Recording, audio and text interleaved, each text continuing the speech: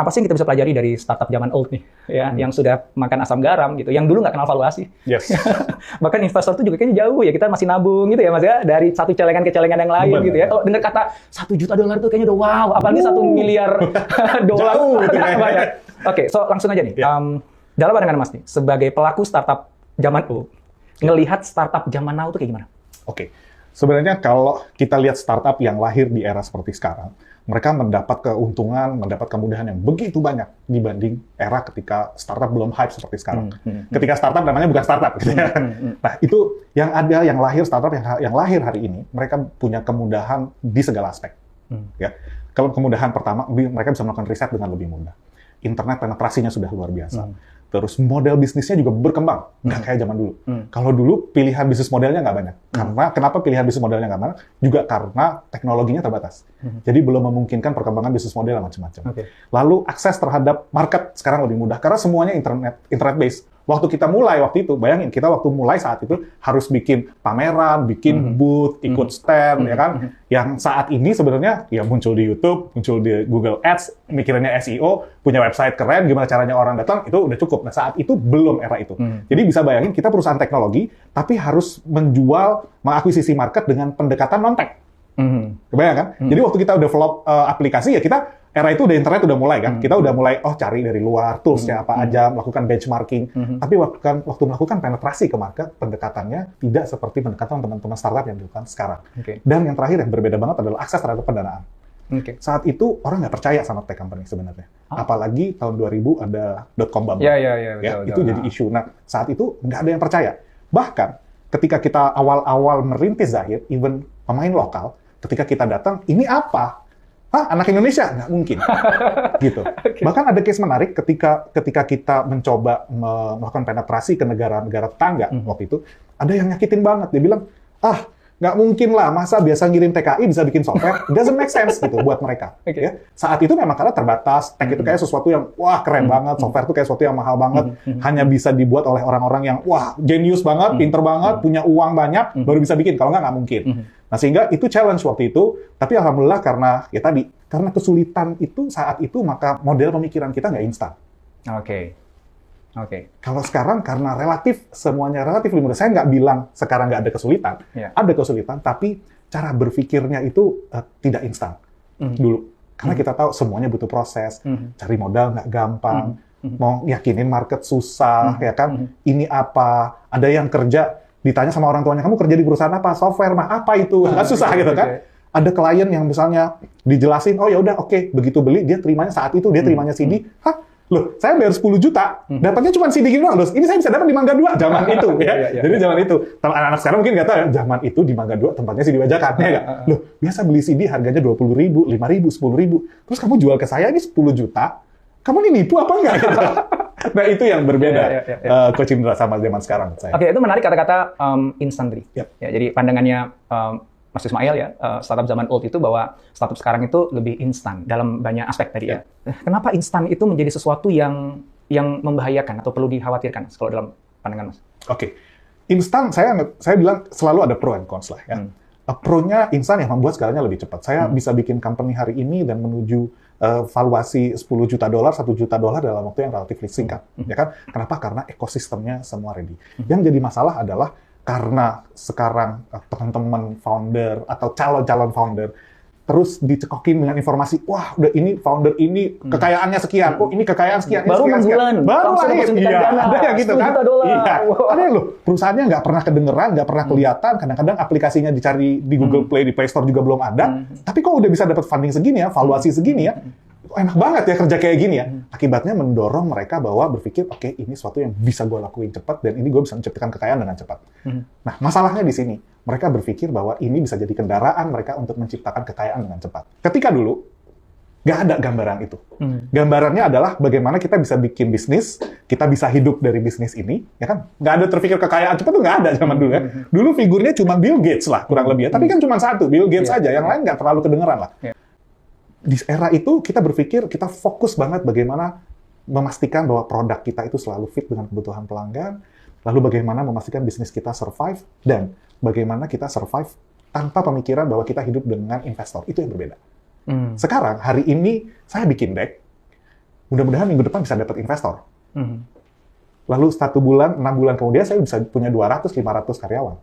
Zaman itu nggak gitu mikirnya. Berpikirnya, saya ngeluarin uang untuk ngembangin aplikasi, bikin software, gimana caranya bisa nutupin cost saya? Bagaimana profit bisa segera datang? Investor bayangan sesuatu yang jauh. Sehingga polanya yang dilakukan adalah, karena dulu aplikasinya belum berbasis cloud, lalu prosesnya kan distribusi. Jadi box-box itu secara fisik kita distribusi. Apa yang dilakukan? Kita mengcopy model bisnis distribusi yang sudah ada saat itu. Yang non-digital. Dipakai untuk digital. Dipakai untuk digital. Jadi kita ngelewatin fase di mana saat itu, Zahir, kita harus datengin begitu banyak retailer komputer di Mangga 2, di Point Square, di mana-mana, untuk mereka menjadi distributor, menjadi reseller kita. Apa yang mereka pegang? Benar-benar literally produk. Box itu ada di tempatnya mereka, walaupun isinya CD. Kenapa boxnya gede? Itu karena tadi alasan psikologis. Waktu mereka beli 10 juta dapat CD, orang surprise. Tapi kalau 10 juta dapat boxnya mahal, keren, bagus banget, begitu dibuka, CD, ada manual book, ada segala macam, ada tuh, mereka merasa lebih worth it lah ya. Oke. Oke, ini menarik gini nih. Kan bisa jadi nih anak-anak muda nih yang sekarang nih lagi nyimak nih kan. Ya itu kan zaman dulu, Om.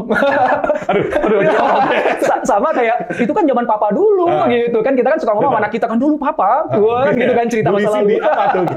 Tapi kan beda sekarang zaman nih, jangan yang lagi nonton begitu nih. Nah, maksud lu gini kan. Kalau tadi yang Mas Ismail cerita itu kayak orang-orang yang zaman dulu tuh lebih tough gitu ya. Dia harus benar-benar nyangkulin, lebih keringetan dibandingkan sekarang yang tadi dikatakan serba instan gitu ya, di mana kayaknya ekosistemnya udah ada deh, mudah banget ya untuk mengakses kalau dia tahu caranya dan tahu jalurnya, mudah banget dia mengakses investor kemana-mana gitu. But is that true?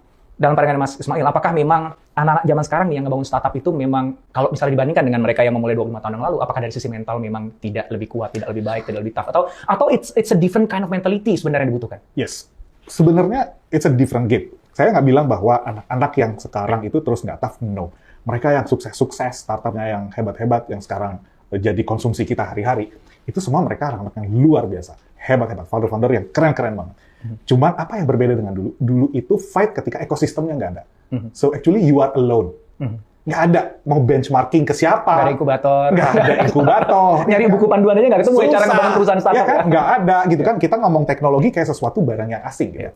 Sehingga challenge-nya berbeda. Mungkin itu lebih tepat lah ya. Saya nggak bilang bahwa yang dulu tuh lebih tough. Nggak. Cuman Zahir dengan historinya, kita ngelewatin masa yang berbeda dengan seperti sekarang. Kita lahir saat itu di kondisi yang ekosistemnya nggak ready. Nggak ada. Dan kita harus bertahan karena kita passionate di situ, karena kita yakin bahwa ini bisa menyelesaikan masalah, dan kita yakin bahwa ini akan menjadi masa depan. Yang hari ini, yang mereka memulai dengan ekosistem yang sudah ready, challenge-nya pasti berbeda. Kenapa? Kalau ekosistemnya ready, saingannya pasti banyak. Ada banyak yang memulai, ada banyak yang mau mencoba menyelesaikan masalah. So, challenge-nya menurut saya berbeda. Pasti sebagai mau jadi entrepreneur, mau jadi founder, pasti butuh butuh kegigihan yang luar biasa sampai memastikan produk ini bisa diterima dan jalan. Nggak gampang lahir membuat produk yang tadinya nggak banyak orang percaya. Bahkan kadang-kadang kita sebagai founder, to be honest, setengah percaya, setengah nggak. Iya nggak ya? Iya nggak ya? Kadang iya, kadang nggak.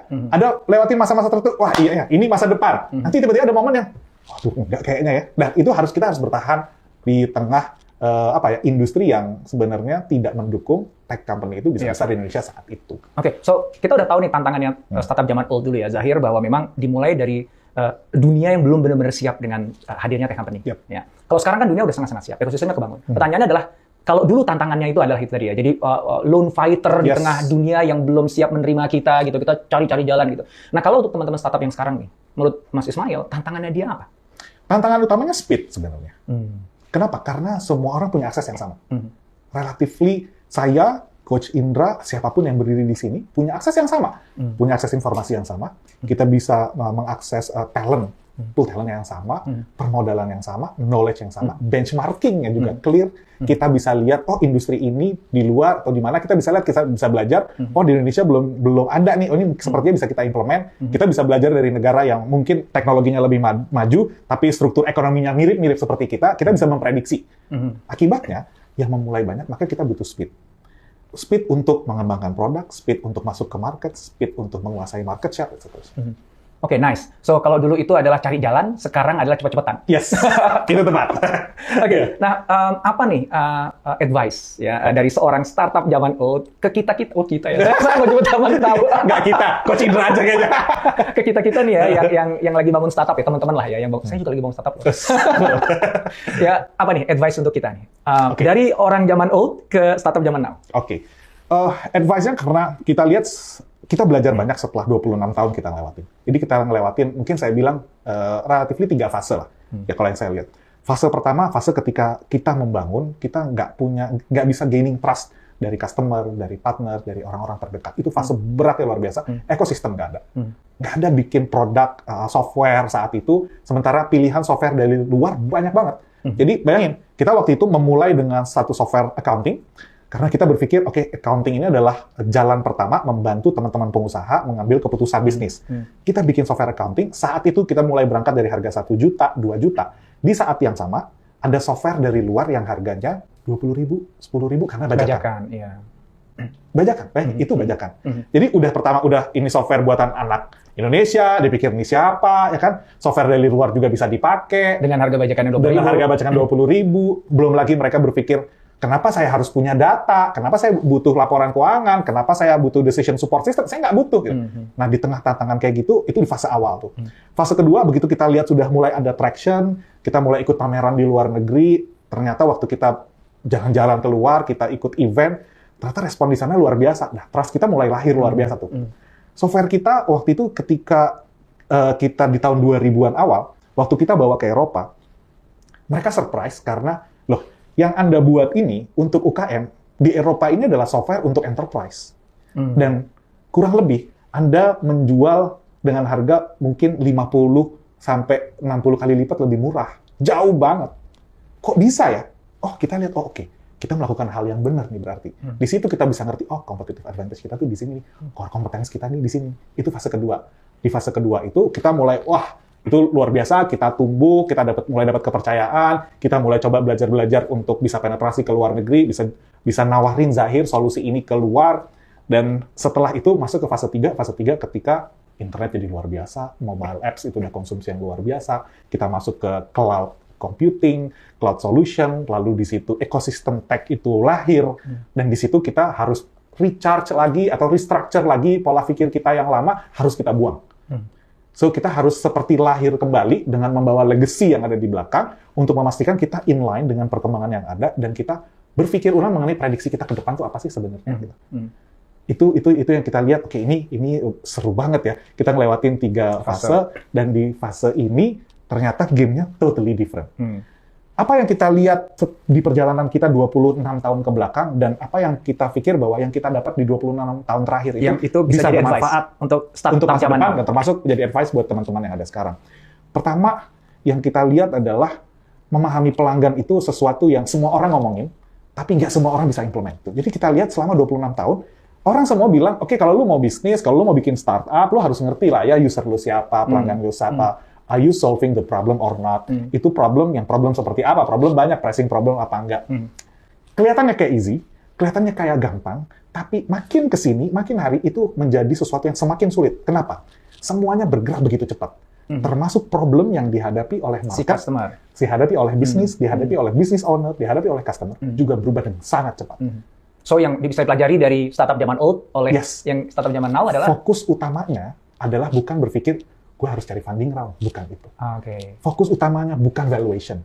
Semua itu adalah akibat saja, bukan sebab. Yang mesti kita pikirin adalah sebabnya. Which is memahami pelanggan customers, dan bisa membuat produk yang benar-benar inline dengan solusinya mereka. Everything else will follow. Yes, everything else will follow. Karena hari ini kan hype-nya gitu kan, wah cari funding gampang, dapat sebentar dapat cepat kaya, cepat kaya gitu kan. Yes, kalau mulai berpikirnya dari situ, most likely kita akan menghadapi kegagalan yang tinggi banget. Artinya gini, aku pengen angkat bahwa perjalanan panjang 26 tahun itu, ya dengan 3 fase tadi itu, sebenarnya berujung pada sebuah kesadaran bahwa ultimately yang akan memenangkan persaingan dan pada akhirnya nanti dapat valuasi yang tinggi ketika kalau dia main ke permainan itu ya adalah mereka yang paling memahami customers. Dan Zahir dalam konteks ini karena 26 tahun berarti menilai dirinya bahwa gue paham banget lah namanya customer itu 26 tahun bro, gue nemenin dia dengan berjibakunya dan nggak seperti sekarang yang kompetitornya udah banyak dan customer yang bergerak dengan cepat gitu.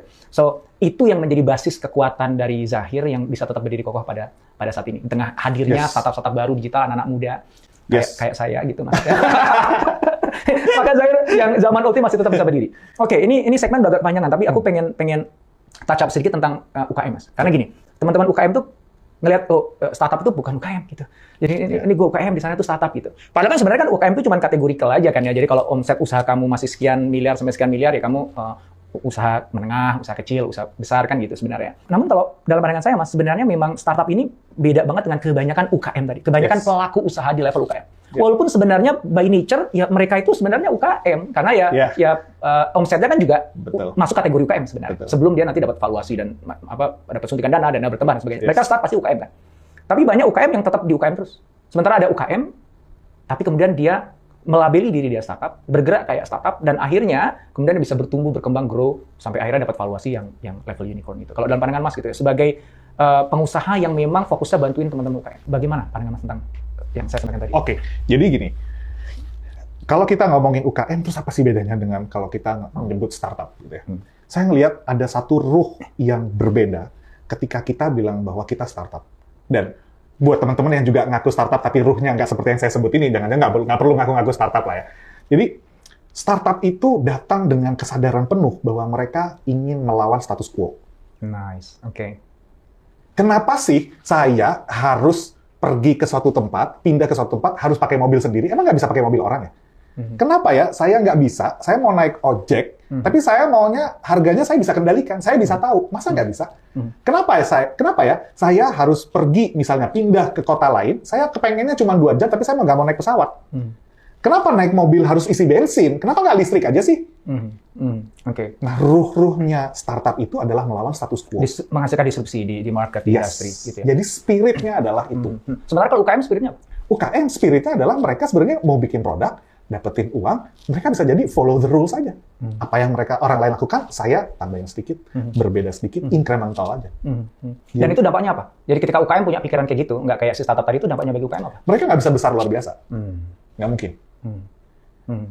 Kalau mereka hanya ingin mengikuti apa yang sudah ada, artinya mereka mengambil resiko yang tidak terlalu besar. Karena resiko yang diambil tidak terlalu besar, maka hasilnya juga tidak akan luar biasa.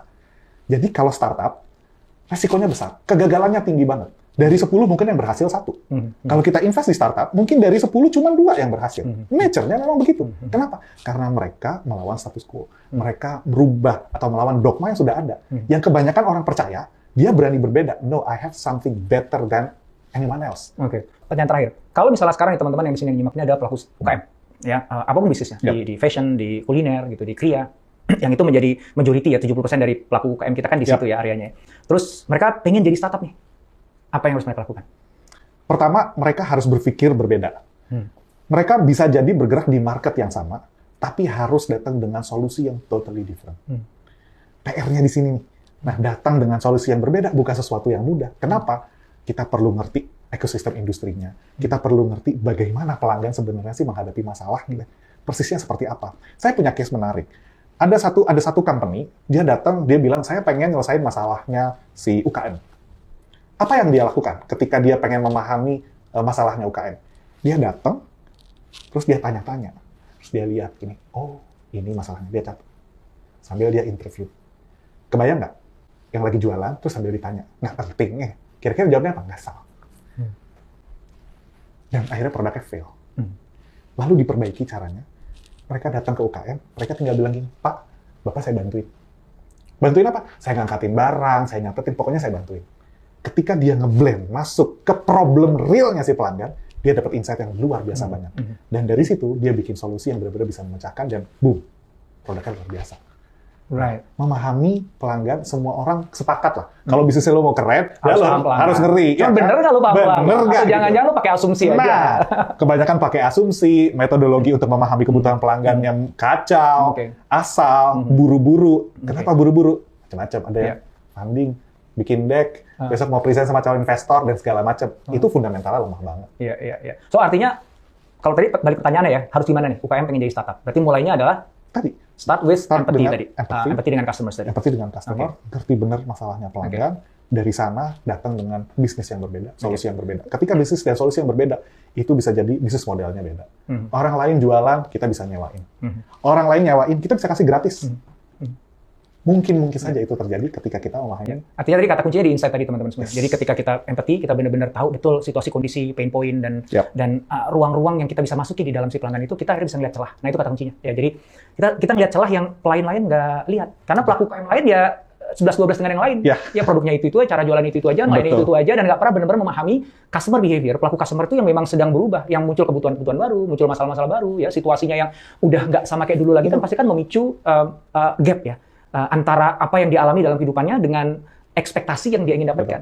Dan mereka yang berani untuk masuk ke customers dan kemudian menggali itu, menemukan gap-gap itu, dan kemudian bereksperimentasi untuk coba deh gue buat begini deh, gitu. coba deh gini, gitu. Dan nggak berhasil di awal, yang akan lebih banyak gagal di awal. Tapi ultimately kalau kita terus lakukan itu, kita akan ketemu nih ada satu gap yang benar-benar kita bisa isi dengan cara-cara yang tentu aja beda dengan yang selama ini teman-teman lakukan, dan itu adalah jalan untuk menjadi startup. Itu ruhnya startup. Keren banget. Di kita waktunya udah lama banget. Thank you so much Mas untuk waktunya. Mudah-mudahan nih teman-teman bisa belajar banyak. Yang pasti saya belajar banyak dari Mas Ismail. Thank you so much. Thank you so much.